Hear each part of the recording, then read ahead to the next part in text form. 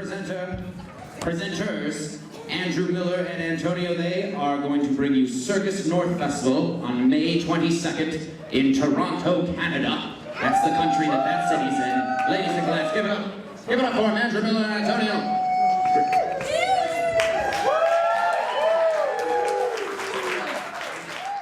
I'm Andrew Miller. I'm Antonio Carito. And we're here to talk to you about the future forums in which artistic displays and presentations can be made. Belgian Festival Director, Free Leeson, recently gave a keynote speech at the Australian Theatre Forum, and we'd like to have you hear the quote. We all know that in the contemporary arts, the former labels for disciplines are no longer valid. The borders between them have become blurred. In Europe, I see the difference between art, culture, and entertainment vanishing. The three are completely different, have different missions, different needs, and different logics. We urgently have to reconsider the role of theaters and festivals as instruments to facilitate and valorize artists again. All right, so we're just two from a growing collective of artists pushing to create a new paradigm. And we've come to realize that extraordinary art requires an appropriate forum with a receptive audience, an audience that wants to be wowed. Throughout its history, Circus is defined by the relationship between presenters and their audience during sensational acts. Regardless of medium, the very nature of Circus is to welcome almost any art form which demonstrates the extraordinary. We're creating a festival called Circus North, and it will become a central event for creativity. Our value proposition is that we provide community growth and facilitate collaborations within our events. We are a stage where the results of such collaborations are well received by audiences within the circus scene. But before we get into what that's all about, let's go back to how this collective got started. In late 2013, we launched an initiative after building a great website for circuscompetition.com, the North American Circus Competition. Very early on, we actually were seeing signs that there needed to be a new forum for people to come in and enter and present their art. And a competition format, to me, seemed very logical for people to present and propose to you what would be circus and what could be art. And as we continued to entertain various applications and looked at various things for the competition, we were seeing things that were so far off from what we thought circus was, but when we thought about it, we're like, oh, that's circus too, because it's very sensational or extraordinary content that wows people or shocks them. It was completely logical. But what we discovered also was that we were going into a world of art, and the word competition doesn't really resonate with artists or with arts councils. So we had a lot of difficulty raising funds or getting support from communities. We weren't motivating people with the word competition. We did run the competition last year at Figment. We packed the house, it was really great. We feel that we were really a success with what we were doing, but we weren't having the emotional connection with the artists. So we felt we needed to get the word out there a lot more and to really kind of market the event on a grander scale. And to do that, we used the medium of an online photography and art contest. So it was just over a year ago when I joined the collective to help take the projects to the next level. We ran the World of Circus online art contest, get out of the way, for highly creative photography and makeup. It features multiple celebrity judges, significant sponsors, and over $45,000 in prizes. This contest synergistically marketed the circus competition by generating engaging content. The sharing and distribution of this content brought over 300,000 visitors to our social media sites, and our website has received over 40,000 unique visitors.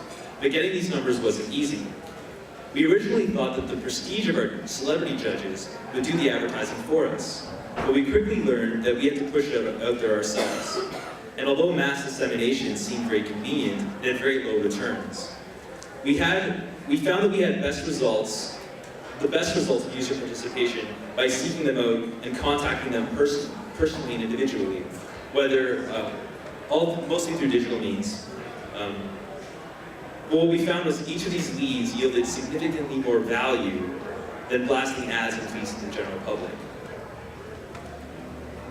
Putting the effort into contacting your target demographic should be a very high priority.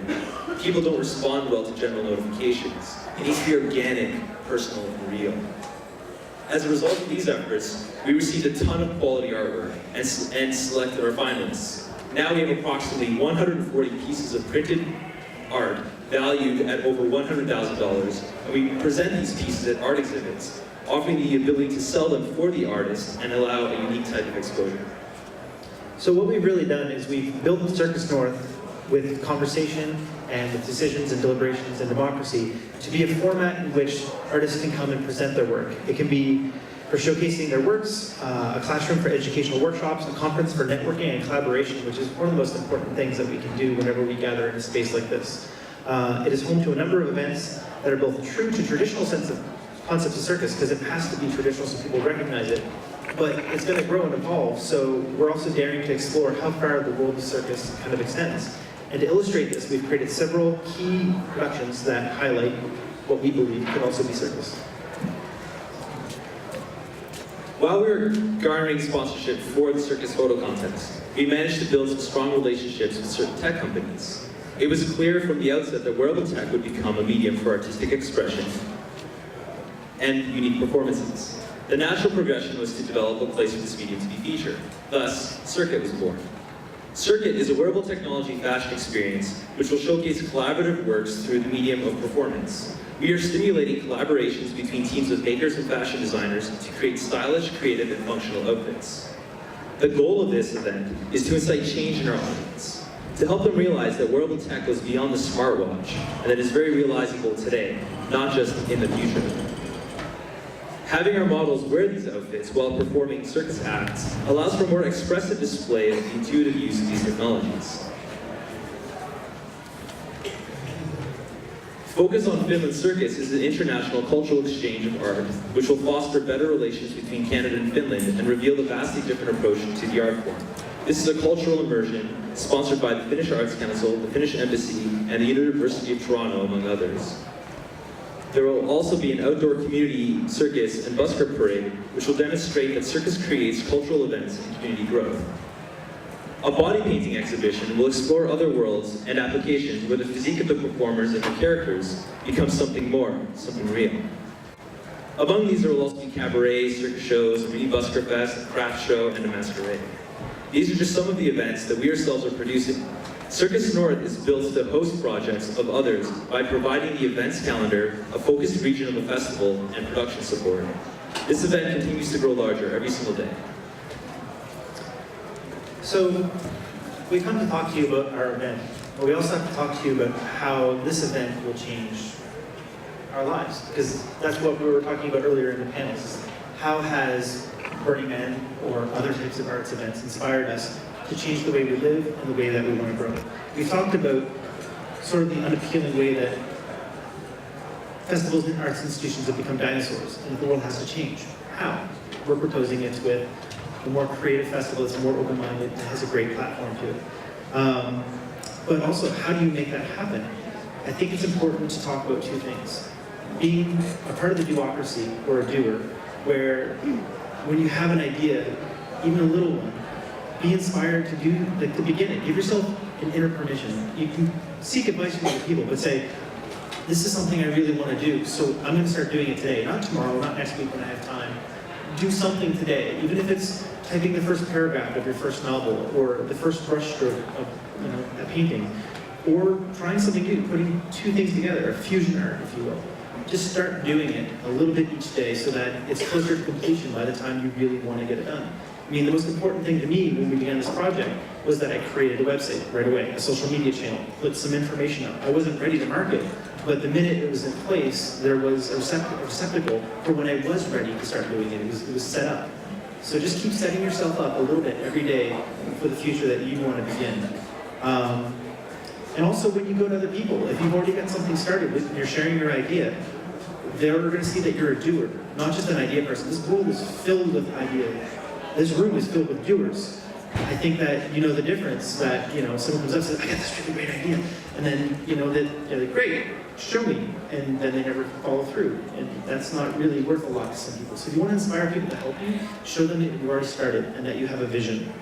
And don't let others talk you out of your passion. You'll go to someone for advice, say, I got this great idea. And they'll be like, that sounds really hard. So what? If you like your idea, do your idea. I've been doing my idea for 2 years. It's been hard, self-sacrificing. It's been rewarding. That's the most important part.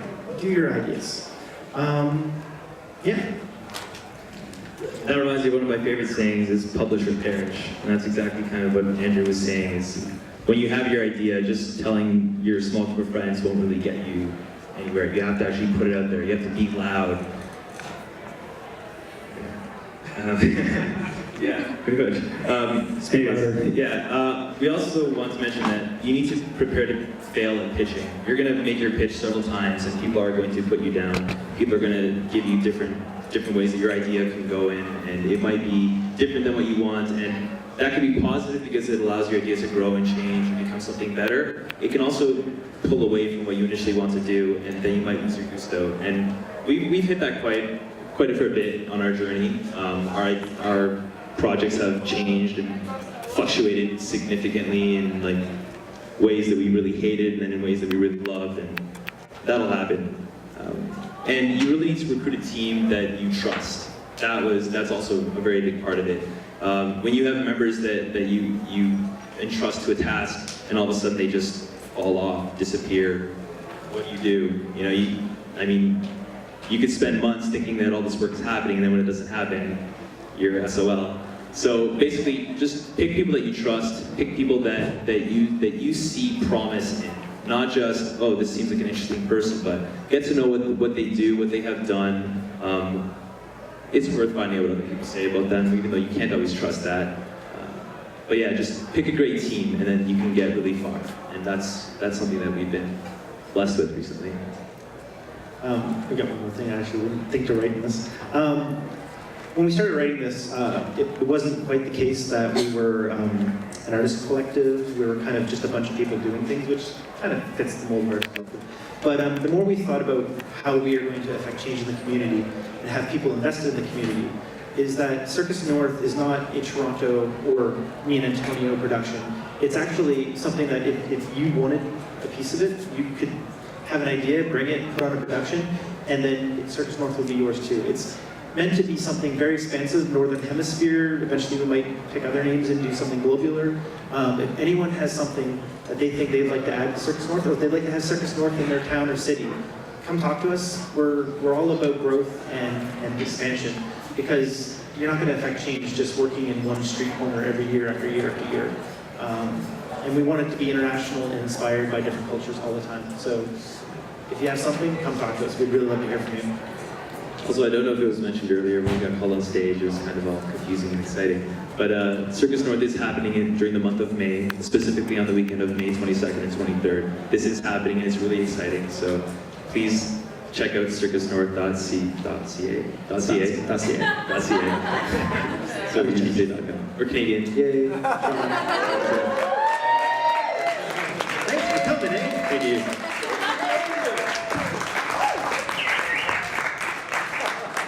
Antonio Carito and Andrew Miller of Circus North Festival, debuting in Toronto, May 22nd. A goddamn. So a hug would be like, wanna hug me? No, yeah. If you like